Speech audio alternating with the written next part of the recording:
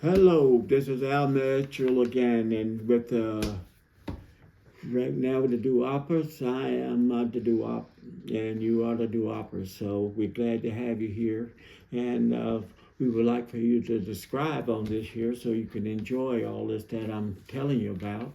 And so, right now, what we're gonna do, we're gonna go into. I know you remember the Platters.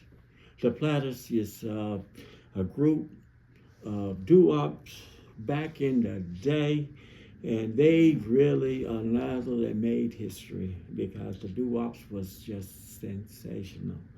And talk about crossing lines, going from the black to the white. These people done it. They were sensational. It was Herb Reed's and Platters, and the reason the Platters came about was they was Herb Reed's. They was poor and they washed car wash. They done everything, trying their best to make it a hit. So they worked hard, and they got to a point where they made the first song that they made at that time. And when they made this song, that it made a hit, a big hit. And I know you remember this song, when smoke gets in your eyes. That was their big hit. They made the big dollars then, and that's what pushed them way up. He said because that was a great hit, and you can remember how it goes. Smoke gets in your eyes. I always wondered how did they come up with that smoke getting in your eyes, but I found out about it, how that happened. Hey, you ever had smoke getting in your eyes? You tear-eyed. So that was why this record was made, was because this girl, they had a breakup and everything else, and so the breakup is, and this guy decided he's gonna write. Herb Reed's gonna write the song about the smoke gets in your eyes when your girl leave you. So this is one of their biggest hits was smoke gets in your eyes. Now I'll tell you something. Herb Reed's right was the start of the Platters, and the name of the Platters came was a disc jockey. When he plays records, they call it the Platter. And so that's when they decided to name the Platters. So that's how they come up with their name. All right.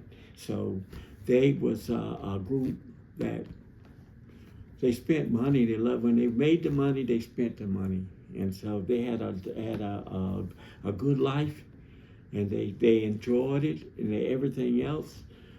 And Herb Reed's, which was the leader of it, he got sued. And when he got sued, for example, because another company was trying to take over the Platters, okay? And so Herb Reed had went to court, and he won that case. And now, well, Herb is dead now, but Herb did win that case, and but now he was the owner of the Platters.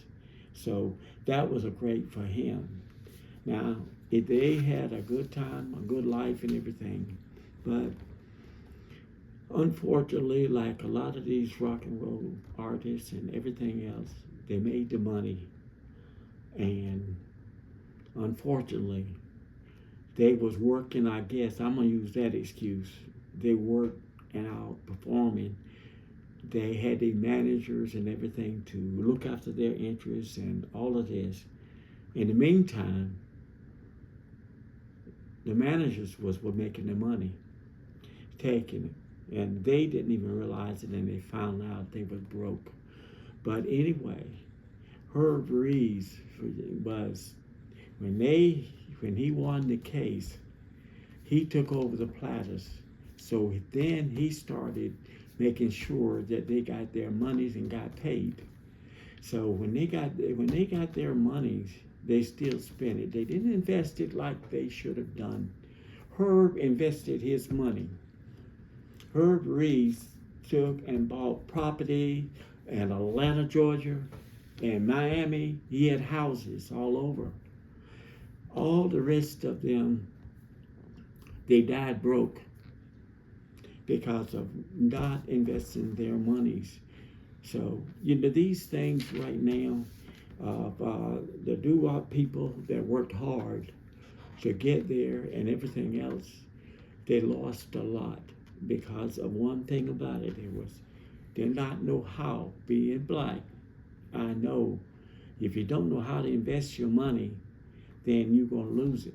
And this is what happened to the Platters and all of their problems that they had.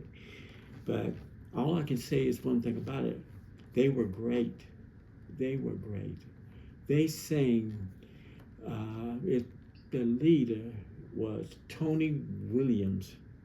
And if you listen to Tony Williams sing, you can almost, you could have almost chills. Some of the girls used to do that almost because the guy had such a beautiful voice. Now, he was the lead singer in there. And he eventually left, he eventually left after the breakup of the Platters. Eventually, they did break up, and Tony left and went solo, but he failed. He did not make it as a soloist.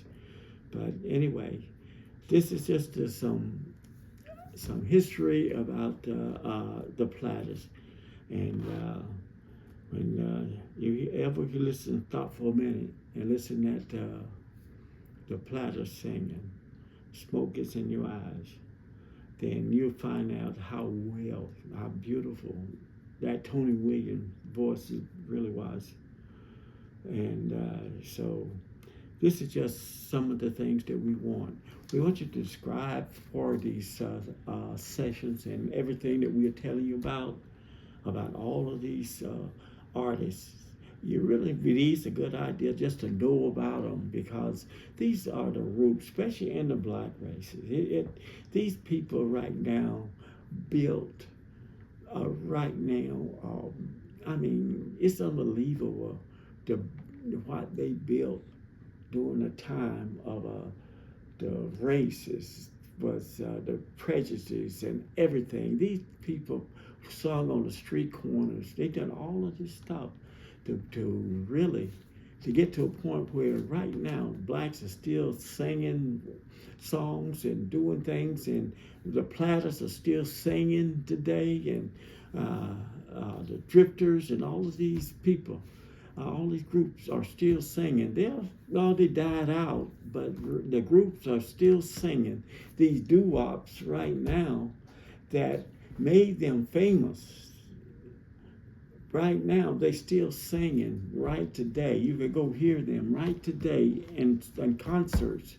So, but I can give you all the backgrounds. I can tell you so much. I'm an expert on this. I lived in the 50s. I enjoyed the Platters. I enjoyed these people. So just subscribe in and enjoy. All right? Just enjoy.